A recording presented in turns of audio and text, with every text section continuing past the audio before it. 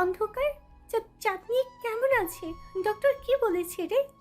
আধার উত্তর দিল না। সাবিহা অপেক্ষাও করল না জবাবের, নিজের মতো সাফাই দিয়ে বলল, জানিস, আমার রাবিব মাহাদির টোটে নিয়ে আমাকে ভুল বুঝছে। আমি নাকি পরোক্ষভাবে দায়ী চাঁদনির এই অবস্থার জন্য। রিক আমার বন্ধু, আমি ওকে এসব করতে বলেছি, ওরা আমাকে বিশ্বাস করছে না। তুই বল, আমি এমন করতে পারি? তুই আমাকে চিনিস না অন্ধকার, আমি কি এত খারাপ? এই তুই বল, বল, আমাকে বিশ্বাস করিস? আধার এবারও উত্তর দিল না, শুধু পাথর হয়ে দেখলো সাবিহাকে। সাবিহা বিলম্ব দৃষ্টিতে দেখে ওকে। আধার কি ঘৃণার চোখে দেখছে ওকে? আধার ওকে ঘৃণা করতে পারে? পারে না। আধার সাবিহাকে ঘৃণা করতে পারে না, কখনো না। ও ভুল দেখছে। আধারের চোখের ভাষা ও বুঝতে পারছে না। সাবিহার গলা শুকিয়ে কাঠ হয়ে এলো, বুকের ঢিপঢিপানি বেড়ে যাচ্ছে ক্রমান্বয়ে। কিছু বল, কিছু তো বল, বল যে আমি করিনি এসব, আমি তাই না, আমি এমন নিচু একটা কাজ করতে পারি না। আধারের জবাব পায় না সাবিহা। ও ভাঙ্গা গলায় বলল, এই দোস্ত অন্ধকার, বল না, প্লিজ বল, আমাকে বিশ্বাস করিস না তুই? আমি এমন করতে পারি? তুই আমাকে বিশ্বাস না করলে কে করবে? সব সময় তো আমাকে বিশ্বাস করে এলি, বলেছিলি না পুরো দুনিয়ায় আমার বিরুদ্ধে চলে গেলেও আমাকে বিশ্বাস করবি তুই। আজ কি হলো অন্ধকার? সে সেন্সিটিভিটি নেই আর। আধার কাঠ গলায় জবাব দিল। কি? বিষাদ স্বরে জিজ্ঞেস করে সাবিহা। এমন কেন করলি? কি করেছি আমি? বল, কি করেছি? আমার দোষ কোথায়? আমি বলেছি রিককে এসব করতে? বলিসনি? ওর কি শত্রুতা থাকতে পারে চাঁদনির সাথে? কিসের এত আক্রোশ যে মেয়েটাকে সারা জীবন ট্রমায় ফেলে দিল ও? সাবিহা ঢোক গিলে উত্তর দেয়। জানি না, আমার জানা নেই। তুই বলিসনি রিককে? বলিসনি তুই? আমি কিচ্ছু বলিনি অন্ধকার, বিশ্বাস কর আমাকে তুই। আধার শ্লেষাক্ত হাসলো। ও গসালো স্বরে বলল, হ্যাঁ, বিশ্বাস? তুই জানিস সাবিহা, চাঁদনি এই ইনসিডেন্টের পর কতটা ট্রমাটাইজ হয়ে যাবে? প্রতিটা মুহূর্ত ট্রমায় কাটবে ওর। তুই ভাবতে পারছিস আমি বা তোর ভাই আরেকটু দেরি করে গেলে কি হতো ওর সাথে? ও অনেক কষ্ট পেয়েছে রে, অনেক কষ্ট হয়েছে ওর। ওর পুরো শরীরে অসংখ্য জখম দেখে এসেছি আমি। ওর জ্ঞান ফেরার পর আমি বোধহয় ওর চোখে চোখ রাখতে পারতাম না। আমার জন্যই তো হলো এসব, তাই না? দোষ করেছি আমি, রিককে বন্ধু বানিয়েছি আমি, রিকের সাথে শত্রুতাও আমার সাথে। অথচ সাফার করছে মেয়েটা। কেন ভাবছো? কেন করছে? আমার জন্য? আমার অপরাধের ফল ও কেন পাবে? আমি এখানে উত্তর জানতে এসেছি। আর কেন এসেছি জানিস? হিসাব চাইতে। ঠিক কোন কারণে মেয়েটার উপর এতটা আক্রোশ তুললি তুই? সাবিহা টলমলে দৃষ্টিতে তাকালো আধার দিকে। ও অনেকক্ষণ ধরে চোখের জল আটকে রেখেছে। আজ এই চোখের জল আধারকে টোলাতে পারছে না। নয়তো আধার এত নিস্তেজ নির্লিপ্ত দাঁড়িয়ে থাকতে পারতো না। সাবিহা খুব করে চাচ্ছে আধারকে বিশ্বাস করাতে ও এটা করেনি। এত হীন জঘন্য একটা কাজ, একটা মেয়ের ইজ্জত নিয়ে ছিনিমিনি খেলা। আর যাই হোক, সাবিহার পক্ষে সম্ভব না। ওই বাস্টারটা কই? কোথায় ও? ওই হারামির সব হারামিপনা বের করব আমি। ওরে ঠিক মতো মারতে পারি নাই, বুঝছস? চাঁদনির অবস্থা দেখে অন্য কোনো দিকে খেয়াল করার মতো অবস্থায় ছিলাম না। খুব হ্যাডামোর, তাই না? তোর তো আবার খুব ক্লোজ। এত সাহস তুই ওকে দিয়েছিস? তুই বলেছিস ওকে এসব করতে, তাই না? আক্রোশে চেঁচালো আধার। খুব শক্ত করে সাবিহার দুবাহু চেপে ধরল ও। সাবিহার মুখ দিয়ে কথা বের হয় না। ও ভেজা চোখে তাকিয়ে থাকে আধারের দিকে। আধার খুব শক্ত করে ধরেছে ওকে। সকল আক্রোশ ঢেলে দিচ্ছে হাতে। সাবিহার ব্যথা অনুভব হলো না। ও কান্নার চোটে কিছু বলতে পারছে না। ও আধারের চোখের দিকে তাকাতে পারছে না। ওই চোখে যে রাগ, ক্ষোভ, অসহায়ত্ব, দুঃখ আছে তা শেষ করে দিচ্ছে সাবিহাকে। আধার হুটহাট রেগে যাওয়া মানুষ। রাগ ওর নাকের ডগায় থাকে সবসময়। একটা সিম্পল বিষয় নিয়েও কিভাবে বাজে রিয়াক্ট করা যায় সেটা আধারকে দেখে বুঝেছে সাবিহা। কিন্তু সাবিহা এটা বলতে পারে, ও কখনো এতটা রাগতে দেখেনি আধারকে। এতটা রাগ কখনো উপলব্ধি হয়নি ওর। সাবিহার নিজেরও রাগ হলো খুব। আকস্মিক ক্ষোভ জন্মালো চাঁদনির উপর। সেটা উগরাতে সাবিহা বিমূর্ত স্বরে বলল, হ্যাঁ দিয়েছি, কি করবি তুই? আধার অবাক দৃষ্টিতে তাকালো সাবিহার দিকে। যে শক্ত বাঁধনে সাবিহার বাহু আঁকড়ে ধরেছিল আধার, তা ঢিলে পড়তে শুরু করলো। এই না মেয়েটা সাফাই দিচ্ছিল নিজেকে নিয়ে, কাঁদছিল, অথচ এখন কত শক্ত গলায় অবলীলায় বলে দিচ্ছে এটা ও করেছে। সাবিহা, আধারের গলা কাঁপল। কি? মারবি আমাকে? শাস্তি দিবি? হিসেব চাইতে এসেছিস তাই না? যা, স্বীকার করলাম যে আমি করেছি। কি করবি তুই বল? আমি বলেছি রিককে যাতে এমন অবস্থা করতে যাতে তুই কখনো ওর দিকে ফিরেও না তাকাস।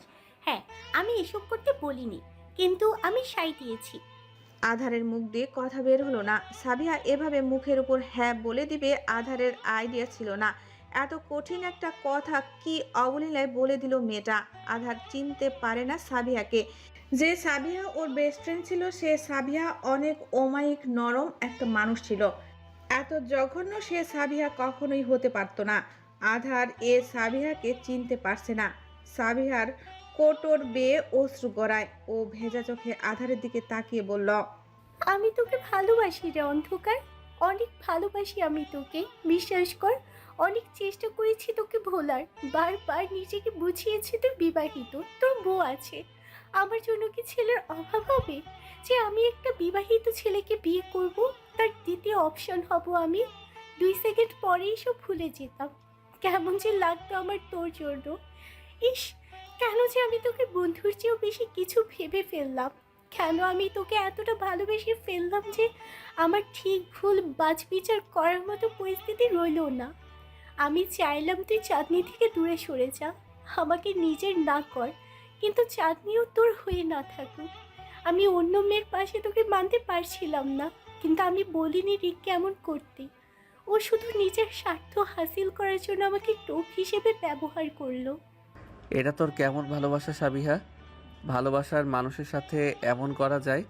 ভালোবাসার মানুষের কাছের জনকে এতটা কষ্ট দেওয়া যায়? তোর ভালোবাসার ধরনটা আমি বুঝতে পারছি না। এই তুই জানতিস না চাঁদনি আমার কতটা কাছের ছিল? তুই নাকি আমাকে বুঝিস, তাহলে তুই এটা কেন বুঝলি না? আল্লাহ না করুক চাঁদনির সাথে যদি এমন কখনো হতো, আমি চাঁদনিকে ছাড়তাম না, কখনো না। ও আমাকে ছেড়ে দিতে চাইতে পারে, কিন্তু আমি ছাড়বো না। তুই জানিস না আমি আমার প্রিয় মানুষগুলোকে ছাড়ি না। যারা একবার আমার জীবনের সাথে জুড়ে যায় তাদের ছেড়ে থাকা আমার পক্ষে সম্ভব নয়, জানিস না তুই? উল্টো আমি চাঁদনির চোখে নিচে নেমে যেতাম। আমি ওর সাথে দৃষ্টি মেলাতে পারতাম না, এই ভেবে আমার বন্ধুত্বের প্রতিদান ওকে দিতে হচ্ছে। তুই আমাকে এই চিনলি সাবিহা? সাবিহা মাথা তুলতে পারে না। ও মাটির দিকে দৃষ্টি নিবদ্ধ করে রাখে। আধার ছেড়ে দেয় ওর হাত। 2 পা পিছিয়ে যায় সাবিহা। আধারের চোখে পানি টলমল করছে। বিশ্বাস ভাঙলো ওর। সাবিহা ওর বিশ্বাস ভেঙে দিল। ওর খুব সুন্দর একটা বন্ধুত্ব শেষ করে দিল। ওর খুব প্রিয় একটা মানুষের সাথে অন্যায় করলো, ভেঙে দিল তাকে, মিথ্যা না। কিন্তু আধার কোনো না কোনো একদিন ওকে সত্যি ভালোবেসেছিল, সেটা বন্ধু হিসেবে হোক বা ওর জীবনে আসার প্রথম নারী হিসেবে। সাবিহা চোখ তুলে তাকালো। আধার স্থির দৃষ্টিতে তাকিয়ে আছে ওর দিকে। ঠোঁট দুটো তিরতির করে কাঁপছে, কিন্তু কিছু বলছে না, কিছু বলে উঠতে পারছে না। ঢোক গিলে সংবরণ করছে সে বাক্যকে। সাবিহা বলল, অন্ধকার, শাস্তি দিতে এসেছিস না? দে, যা শাস্তি দিবি আমি মাথা পেতে নেব। বন্ধুত্ব তোর ঠুনকো হতে পারে, তুই আমাকে খুব বাজেভাবে আঘাত করতে পারিস, কিন্তু আমার দ্বারা সেটা হয়ে উঠবে না রে। তোর একটু ব্রেক চাওয়াতে আমি রেগেমেগে গ্রামে চলে গেলাম বিয়ে করতে। আমার ভালোবাসায় কমতি ছিল, কিন্তু আমার বন্ধুত্ব তোর মতো নড়বড়ে ছিল না। আমি জানি না চাঁদনি কখনো আমাকে মাফ করবে কি না, কিন্তু আমি তোকে মাফ করে দিলাম। তোর সাথে আমার সব সম্পর্ক এখানেই শেষ। আজকের পর থেকে না আমি তোকে চিনি, না তুই আমাকে চিনিস। সাবিহা বিদ্যুৎ পৃষ্ঠ হলো যেন। আধার এত বড় কথা বলে দিল, একটুকু বাঁধলো না ওর। ওর 6 বছরের বন্ধুত্ব কি অবলীলায় শেষ করে দিল ও। সাবিহা দ্রুত আধারের শার্টের হাতা চেপে ধরলো। ও আধারের হাত ধরা ছেড়ে দিয়েছে অনেক দিন আগে, যখন তখন চেপে ধরলেও এখন খুব আত্মসম্মানে লাগে। আধার, নো প্লিজ এমন করিস না, এত বড় শাস্তি না। বন্ধুত্ব ভাঙার মতো অপরাধ আমি করিনি। আধার ছাড়িয়ে নিল ওর হাত, স্থির স্বরে বলল, তোর প্রতি আমার ভালোবাসায় কমতি থেকে গেলেও বন্ধুত্বটুকু পাক্কা ছিল জানিস। এই জন্য হয়তো তুই কষ্ট পাবি। এমন কিছু করা সম্ভব হলো না আমার পক্ষে। বন্ধুত্বটুকু তোলা থাকলো। এভাবে এবার সৎভাবে ভালোবাসার পালা। তোর বন্ধুত্ব রক্ষা করতে করতে আমি একটা মেয়ের প্রতি ভালোবাসা উপলব্ধির সুযোগই পেলাম না। ভালো বন্ধু তো অনেক হলাম, এবার না হয় ভালো স্বামীর দায়িত্ব পালন করি। চাঁদ, এখন কেমন লাগছে তোমার? তটিনীর প্রশ্নে চাঁদনি দরজা থেকে চোখ সরিয়ে ওর দিকে তাকিয়ে থাকলো। কেবিনে শুধু ও আর তটিনী, বাকিরা বাড়ি চলে গেছে। শুধু তটিনী ছিল চাঁদনির পাশে। ওই সবাইকে জোর করে বাড়িতে পাঠিয়ে দিয়েছে। চাঁদনি বসে আছে, তটিনী কথা বলছিল ওর সাথে। পার্টিতে কি হলো, কি করে চাঁদনি ওদের পাশ ছেড়ে রিকের কবলে পড়ল। ও তো সারাক্ষণ ওর বন্ধুদের সাথেই ছিল। চাঁদনি উত্তর দিতে পারেনি। ও এখনো কথা বলতে পারছে না। ও বারংবার চোখ ফিরিয়ে দরজার দিকে তাকাচ্ছে। একটু পর পর এক দৃষ্টিতে তাকিয়ে থাকছে দরজার দিকে। জ্ঞান ফেরার পর যখন থেকে চাঁদনি একটু স্টেবল হলো, তখন থেকে ও চেয়ে আছে দরজার পানে। কেবিনের দরজাটা বন্ধ। আধার এখনো আসছে না। চাঁদনি অপেক্ষা করতে করতে হাঁপিয়ে গেছে। ওর তবুও প্রতি ক্ষণে ক্ষণে মনে হচ্ছে এক্ষুনি বোধহয় দরজায় টোকা পড়বে।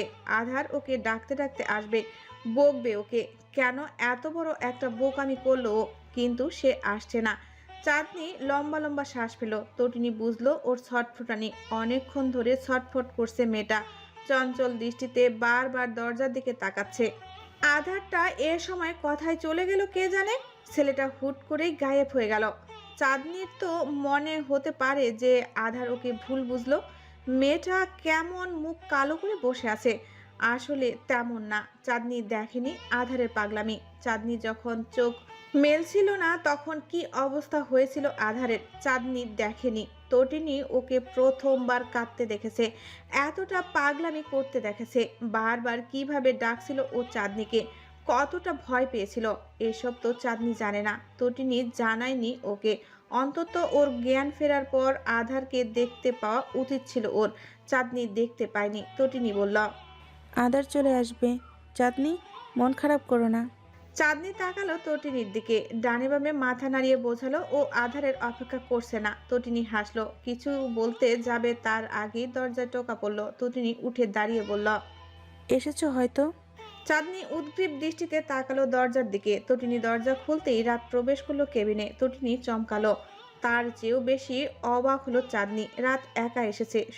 সুহাসকেও বাড়ি পাঠিয়ে দিয়েছে। চাঁদনি বড় বড় চোখ করে তাকিয়ে আছে ওদের দিকে। দুজন মানুষের অদ্ভুত দৃষ্টিতে রাত হকচকিয়ে যায়। নিজেকে ধাতস্থ করে বলে, এক্সকিউজ মি, ভুল টাইমে এসে পড়লাম।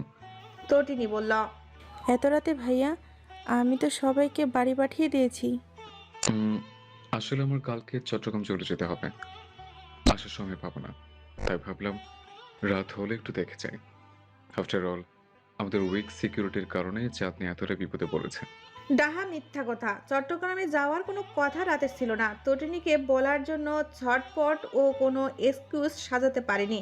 তটিনী সূক্ষ্ম স্বরে বলল, চাঁদনি কথা বলতে পারছে না।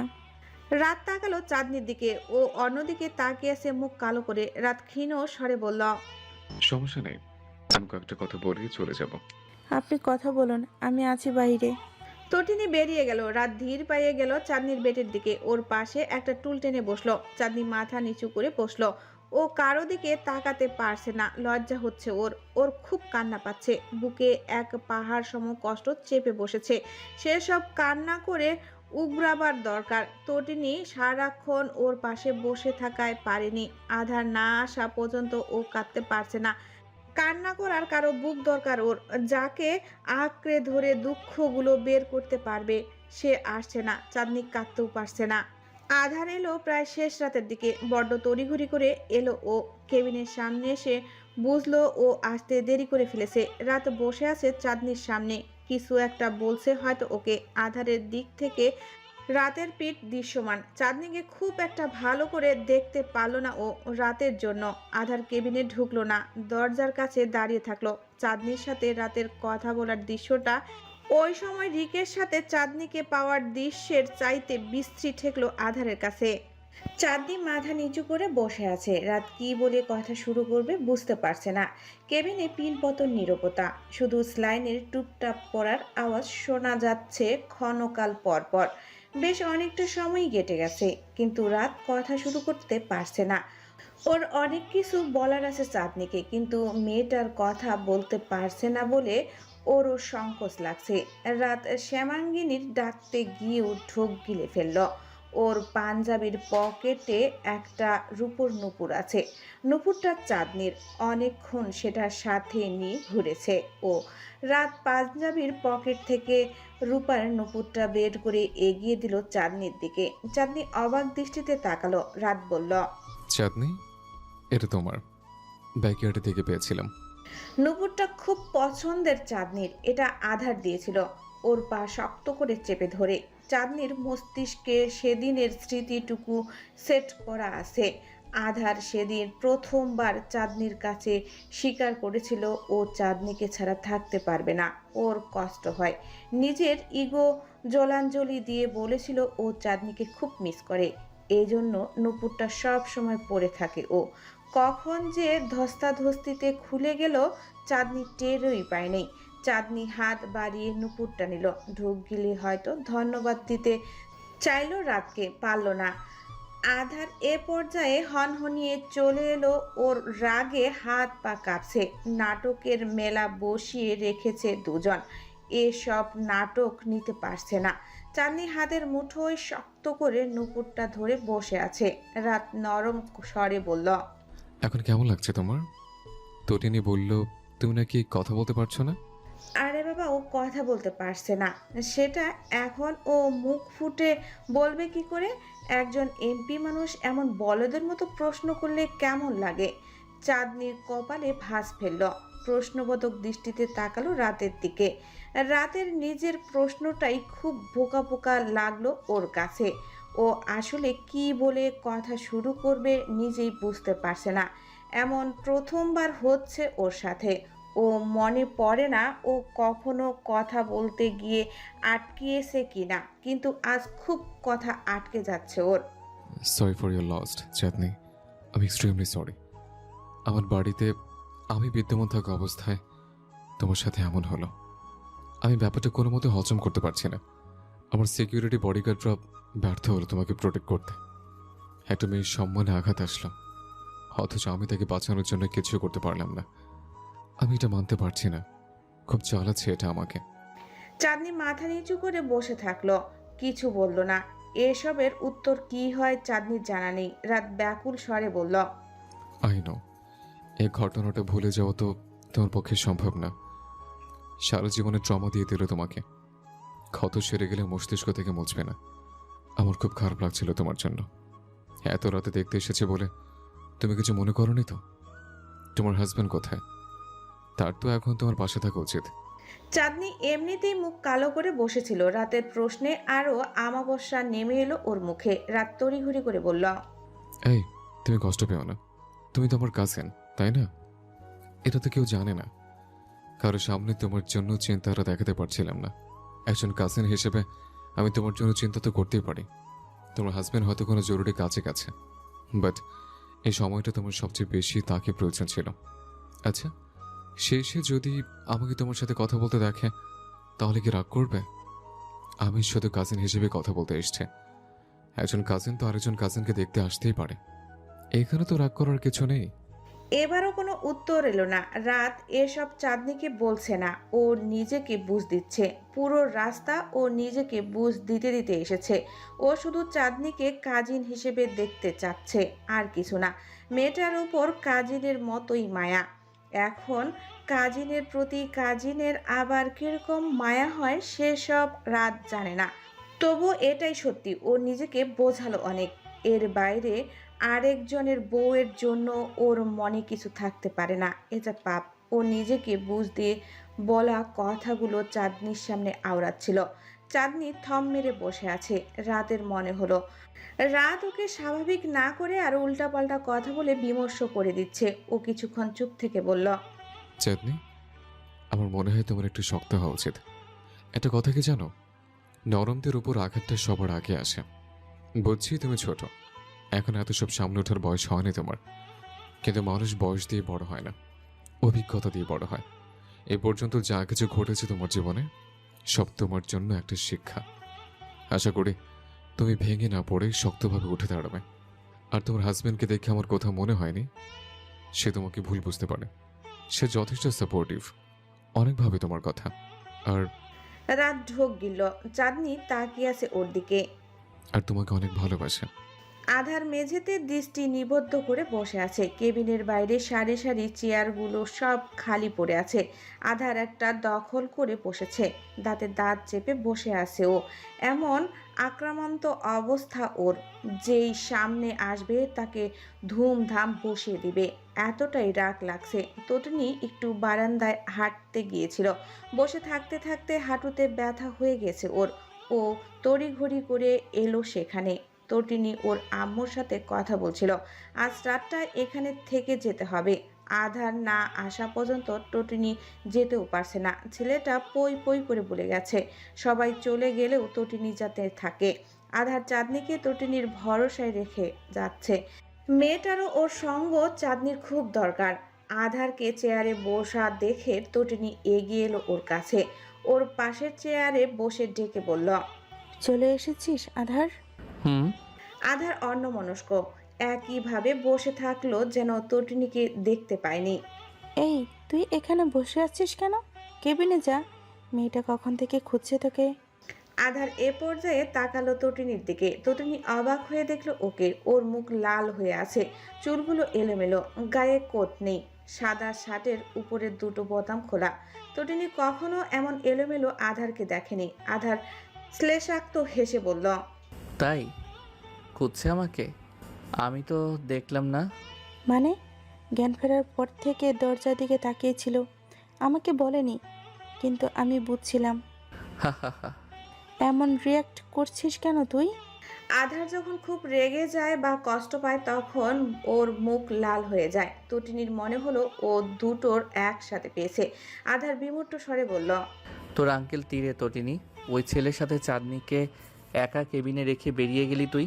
অথচ কেবিন ভর্তি মানুষের মাঝেও আমি চাঁদনিকে তোর ভরসায় রেখে গিয়েছিলাম। You disappoint me. তুই না ওর বড় আপু? বড় আপু এভাবে একটা ছেলের কাছে ছোট বোনকে রেখে চলে যায়? আল্লাহ রে, তুই এমন বিহেভ কেন করছিস আধার? আপনার ভাইকে চিনিস না তুই? না, চিনি না। চেনার তো কথা নেই আমার। তুই চিনিস না, কিন্তু আমি তো চিনি। আমাদের কোনো বন্ধু তাকে না চিনলেও আমি তাকে চিনি, এবং চিনি বলেই আমি কেবিন থেকে বেরিয়ে গিয়েছিলাম। তুই জানিস না আমি কতবার সাবিহাদের বাড়িতে গিয়েছি? আবরার ভাইয়া কতটা জেন্টলম্যান জানিস তুই? তো তুমি তোর জেন্টলম্যানের সাথে একা কেবিনে বসে থাকতে, সুখ দুঃখের গল্প করতো, তার সাথে আমার বউকে কেন একা কেবিনে রেখে এলি? ফালতু মহিলা একটা। আধার ক্ষেপে বলল।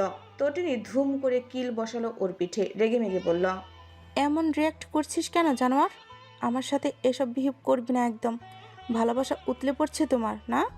মেয়েটার সাথে এমন বিহেভ করতি প্রথম প্রথম দেখি নাই। অতীত টান দিবি না। আজ যে চাঁদনির এই অবস্থা, তার জন্য কোথাও না কোথাও পরোক্ষভাবে তুই দায়ী। সাবিহারটা জানি না আমি, কোনো প্রুফ নেই আমার কাছে, কিন্তু তোর জন্য চাঁদনির এই অবস্থা।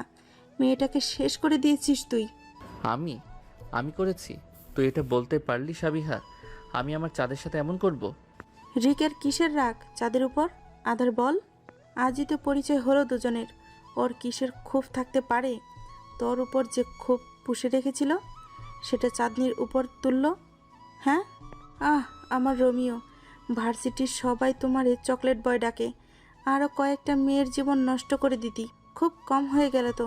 এত মানুষের মন ভেঙে কি করে আশা করিস তোর প্রিয় মানুষের উপর সেসব আসবে না? রিভেঞ্জ অফ নেচার বলেও একটা কথা আছে। আধার তর্কাতর্কির জন্য ভালো কোনো যুক্তি সাজাতে পারল না। কথা ঘুরিয়ে গো ধরে বলল, কেবিন থেকে বেরোতে হবে কেন? আমি কি করব সেখানে? বসে থাকতি। আধার বুঝবে না তটিনীর কথা, সেটা ওর জানা। ছেলেটা যেটা ভেবে নেয় সেটাই ঠিক, আর সব ভুল। আধারের যুক্তি ঠিক, বাকি দুনিয়া আর সবার যুক্তি বেঠিক। নিজের যুক্তির উপর জেদ ধরে বসে থাকবে এখন। তটিনী উদ্গ্রীব স্বরে বলল, তুই গেলি না কেন? তোর চাঁদনিকে একা রেখে কেন বেরিয়ে গেলাম সেটার জন্য দোষারোপ করছিস? তোর উচিত না তাকে গিয়ে সাহারা দেওয়া? আমি না হয় আবরার ভাইয়ের সাথে ওকে একা রেখে চলে এসেছি, কিন্তু এখন তো তুই চলে এসেছিস। তুই যাচ্ছিস না কেন? কথা বলুক ওর নেতা সাহেবের সাথে। আধারের গলার স্বর ভঙ্গুর, অথচ চোয়াল শক্ত। চাঁদনি কথা বলতে পারছে না আধার, ও শুধু ভাইয়ের কথা শুনবে। মানে? ওর মস্তিষ্কে খুব চাপ পড়েছে, কথা বলতে পারছে না রে। ডক্টর বলেছে কিছুক্ষণের মধ্যে ঠিক হয়ে যাবে। মেয়েটা খুব কষ্ট পাচ্ছে, গিয়ে দেখা কর। উল্টাপাল্টা ভেবে রাগ করে বসে থাকিস না। একটা গল্প শুনবে চাঁদনি? চাঁদনি তাকালো রাতের দিকে। ওর পাংশুটে মুখে চেয়ে আছে, চোখ দুটোতে অঢেল বিরহ। চাঁদনি ইশারায় বোঝালো শুনবে। রাত বলতে শুরু করলো, একটা রাজপ্রাসাদে খুব বিত্তমান একটা পরিবারে খুব সুন্দর একজন রানী থাকত। সে রানীর একটা রাজপুত্র ছিল। রাজপুত্র তার আম্মুকে ছাড়া কিছুই বুঝতো না। তার আম্মুই ছিল তার জীবনের সবকিছু। ওই রাজপুত্রের নাম কি জানো? চাঁদনি হুট করে বলল। ও আচমকা খেয়াল করলো ও কথা বলতে পারছে। ডক্টর অবশ্য বলেছিল কথা বলাটা আচমকা নিচ থেকে চলে আসবে। হুম, তোমার নানু ভাইয়া আমার আম্মুর বিয়ে দিয়েছিল রাজনৈতিক ব্যাকগ্রাউন্ডের খুব প্রভাবশালী একটা পরিবারে। সাদিক ইহসান তখনও এমপি হননি, কিন্তু দলের লিড ছিল তার। সারাদিন মিটিং মিছিল এসবেই থাকতো। বাড়িতেও সবসময় দলের ছেলেপেলেরা আসতো, জমজমাট থাকতো সবসময়। বাইরের বাড়িগুলোই ফেলতেন তিনি। বুঝতেন না রাজনীতির পরিবার আলাদা রাখতে হয়, না তো রাজনীতির নোংরা সাইডগুলো পরিবারের উপর এফেক্ট করতে পারে। আম্মু ছাড় দিত এসবে, সে তো জানতো না ইন্টারেস্টটা। আচ্ছা, ওই লোক না বলে বাবা বলি কিছুক্ষণের জন্য, কেমন? যতই হোক জন্মদাতা তো। কিন্তু এটা বলতে খুব ঘৃণা লাগে জানো। কিছুক্ষণের জন্য বলছি, ওনার প্রতি আমার ঘৃণা আজন্ম থাকবে। খুব সুন্দর একটা সংসার ছিল আমার আম্মুর। আমি হওয়ার পর সংসারটা আরো পরিপূর্ণ হয়েছিল। সব সুখ ধরা দিয়েছিল আম্মুর কাছে। বাবা একটু ভব ঘুরেছিল, কিন্তু আম্মু আগলে রাখতো তাকে। আমি বড় হতে হতে সে ভালো থাকাটুকু একটু ফিকে হয়ে গেল। ইটস ওকে, সব ফ্যামিলিতে এমন হয়। প্রথম দিকের মতো ভালোবাসাটা সবসময় থাকে না। আমি বুঝি না এটা কেন হয়। ভালোবাসা ফিকে হওয়ার জিনিস না তো। আমি তো আমার আম্মুকে সে ছোটবেলার মতো ভালোবাসি এখনো। আমার আম্মু আমার কাছে সে প্রথম দিনের মতোই সুন্দর। হুট করে সব বদলে গেল। আম্মু জানতে পারলো বাবার অন্য একটা মহিলার সাথে সম্পর্ক আছে। বাবা বিয়ে করেছিল ওই মহিলাকে। আমার আম্মা বর্তমানে থাকা অবস্থায় সে ওই মহিলার সাথে থাকত। আমার জন্মের 2 বছর পর থেকে 4টা বছর আম্মুকে সে ঠকিয়েছে। আমার যখন 6 বছর, আমার জন্মদিন ছিল সেদিন। মাত্র 6 বছর বয়সে পড়েছিলাম আমি। বাবা ওই মহিলাকে বাড়িতে নিয়ে এলো। ফুপি ইন্ধন জুগিয়েছিল। জানি না ওই মহিলা কেন আম্মুকে সহ্য করতে পারত না। সে জানতো আম্মুর সাথে সে পারবে না। আম্মু নরম না, আম্মুর ফ্যামিলি তাদের চেয়ে কোনো অংশে কম না। শক্তিশালী বা ধনীর দিক দিয়ে তাদের সমান। প্রথমে ফুপিও মহিলাকে মেনে নিয়েছিল। জানো ওর হাজবেন্ড আম্মুর সাথে কি করেছে? আমার জন্মদিন নিয়ে ব্যস্ত ছিল সবাই। ওই যে বাগান বাড়িটাতে আমাদের খুব আনাগোনা ছিল।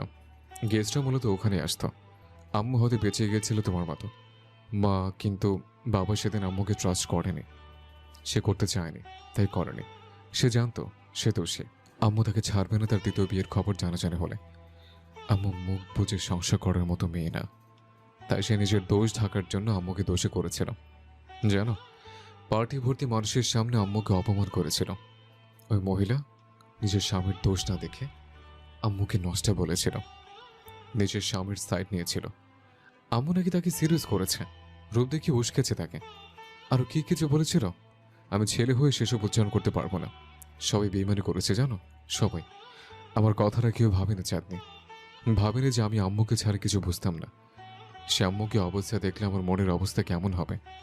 আমি পুরো রাত কেঁদেছিলাম আম্মুর সাথে। বোকা বোকা প্রশ্ন করলো চাঁদনি। রাত দৃঢ় স্বরে বলল, আজ তোমার সাথে যা হলো, যে কারণে হসপিটালাইজ তুমি, ওই মহিলার হাজবেন্ড পরে আম্মুর পা ধরে মাপ চেয়েছিল। ওই শয়তানের এমন অবস্থা করেছিলাম আমি, আমার নাম শুনলে ভয় পায়ও। আমি হয়তো সেই সময়টাতে ছেলের দায়িত্ব পালন করতে পারিনি, কিন্তু পরবর্তীতে সেদিন আম্মুকে দোষী সাব্যস্ত করা, কষ্ট দেওয়া, প্রতিটা মানুষ থেকে আমি প্রতিশোধ নিয়েছিলাম। সুযোগ পেলে সে গল্প আমি তোমাকে পরে বলবো। কিন্তু দাদুভাই অটল ছিল নিজের সিদ্ধান্তে। সে আম্মুকে নিজের মেয়ের মতোই ভালোবাসত। সেই মহিলাকে বাড়ির বউ হিসেবে মেনে নেবে না। যেখানে বাড়ির একজন বউ বর্তমানে আছে, সেখানে অন্য আরেকজন থাকে কি করে? এভেনের লোককে তেজ্যপুত্র করবে বলেছিল। সম্পত্তি থেকে বেদখল করার সিদ্ধান্ত নিয়েছিল। আম্মু 4 দিন সতীনে সংসার করেছিল অসুস্থ অবস্থায়। আমার আম্মুর কতটা আত্মসম্মান জানাচাঁদ নেই। সে তার এসব মেন্টাল ব্রেকডাউনের পরও আম্মুর ফ্যামিলি ব্যাকগ্রাউন্ডে এসান বাড়ির চেয়ে কোনো অংশে শক্তিশালী কম ছিল না।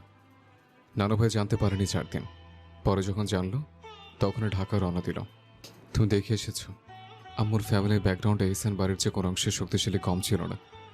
নানু ভাই জানতে পারেনি 4 দিন পরে, যখন জানলো তখন ঢাকা রওনা দিল। আম্মুকে সে নিয়ে যাবে, আমাকেও রাখবে না সেখানে। আম্মু সতীনের সংসার করতে পারবে না, কিন্তু বিপত্তি বাঁধলো আমাকে নিয়ে। দাদুভাই আমাকে যেতে দেবে না। আমার জন্য সে নিজের ছেলেকে সম্পত্তি থেকে বেদখল করতে পর্যন্ত রাজি। আমি তার বংশের। আম্মুকে নিয়ে গেলেও আমাকে নিয়ে যেতে পারবে না। আমাকে নিয়ে এক প্রকার যুদ্ধ লেগে গেল। নানুভাই নিয়ে যাবেই। সে আমাকে বাড়িতে পুরোপুরি সৎ মায়ের কটাক্ষের শিকার হতে দেখতে পারবে না। দাদুভাই আমাকে ছাড়া থাকতে পারবে না। দাদুভাই জিতল, আম্মুকে নিয়ে চলে গেল নানুভাই। আম্মু অনেক কাঁদল। আমাকে ছেড়ে সে যাবে না। হয় সেখানে আমার সাথে থাকবে, হয়তো আমাকে নিয়ে যাবে। নানুভাই এক প্রকার জেদ করে নিয়ে গেল আম্মুকে। চাঁদনি জানো, এর পরের দিনগুলো জাহান্নাম ছিল আমার জন্য। আমার এই বাড়ি আমার জন্য জাহান্নাম হয়ে উঠেছিল। আমি আম্মুকে ছাড়া কিছু বুঝতাম না, এখনো বুঝি না। কাঁদিনি কখনো। অনেক কষ্টে আমার কান্না পায় না, তখনও পেত না। একমাত্র আম্মুর দুঃখ ছাড়া আর কোনো কিছু আমাকে কাঁদাতে পারে না, নিজের দুঃখও না। আমার জন্মদাতার আমার উপর কি রাগ ছিল কে জানে। কি ছিল তো খুব রেশ ছিল আমার প্রতি, যে সে আমার পুরো ছোটবেলাটা নষ্ট করে দিল। আমি আজও জানতে পারিনি। আম্মুকে ছাড়া 1 বছর আমিও জাহান্নাম ছিলাম। তুমি জানো ওরা কত পাষাণ ছিল। আম্মুর সাথে কথা পর্যন্ত বলতে দিত না আমাকে। না, আমার সৎমা আমার সাথে কিছু করেনি। সে নিজেকে নিয়ে ব্যস্ত থাকতো সবসময়। কিন্তু বাবার কোনো এক অজানা কারণে ক্ষোভ ছিল আমার প্রতি। আমি জিজ্ঞেস করিনি কখনো, কিন্তু আমার খুব ইচ্ছে আমি একদিন জানবো সে কেন আমার সব কিছু শেষ করে দিল। আম্মু এসব নিতে পারেনি চাঁদনি। সে বাবাকে খুব ভালোবাসতাম। সব ঘটনা তার মস্তিষ্কে এত চাপ ফেলেছে, বিশেষ করে আমাকে ছাড়া এই বছর থাকাটা। আম্মু মানতে পারেনি। 1 বছর পর, বহু মামলা পাল্টা মামলার পর আমি আম্মুর কাছে যেতে পেরেছিলাম। কোর্ট আমার কাস্টাডি আম্মুকে দিয়েছিল। পরবর্তীতে আমি আমার পড়াশোনার দোহাই দিয়ে হোস্টেলে চলে গেলাম। এরপর আরও ভিন্ন ভিন্ন কারণে আমাকে অ্যাব্রোড চলে যেতে হয়েছিল।